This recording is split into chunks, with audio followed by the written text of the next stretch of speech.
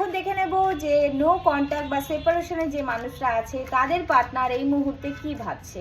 I need to show card please universe guide me, কি ভাবছে আমার বন্ধুদের পার্টনার যারা নো কন্ট্যাক্টে আছে, যারা নো কন্ট্যাক্টে আছে তাদের পার্টনার কি ভাবছে এই মুহূর্তে। ওকে, ফার্স্ট কার্ড যেটা এসেছে কিং অফ ওয়ান্ডস, এই পার্সনটা যেটা দেখতে পাচ্ছি যে মোচকাবে তবু ভাঙবে না, সেই পার্সোনালিটির ভীষণ অ্যাটিটিউড, সব সময় কিন্তু নিজের মতো করে সব কিছুটা চালনা করার চেষ্টা করে, অ্যাগ্রেসিভনেস আছে, অনেক মানুষের মধ্যে এক্সট্রা ম্যারিটাল অ্যাফেয়ার্স আছে, তো সেখানে ফেমিনাইন মানে মহিলাদের এনার্জি বা ইমোশনটা একটু বেশি দেখাচ্ছে।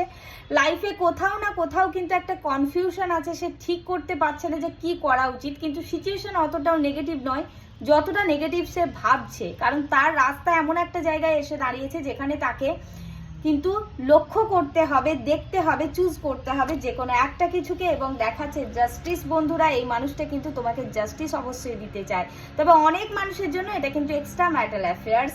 যারা পার্সোনালি কথা বলতে চাইছো, গাইডেন্সের প্রয়োজন, অবশ্যই স্ক্রিনে দেওয়া নাম্বারে আমার সাথে যোগাযোগ করতে পারো।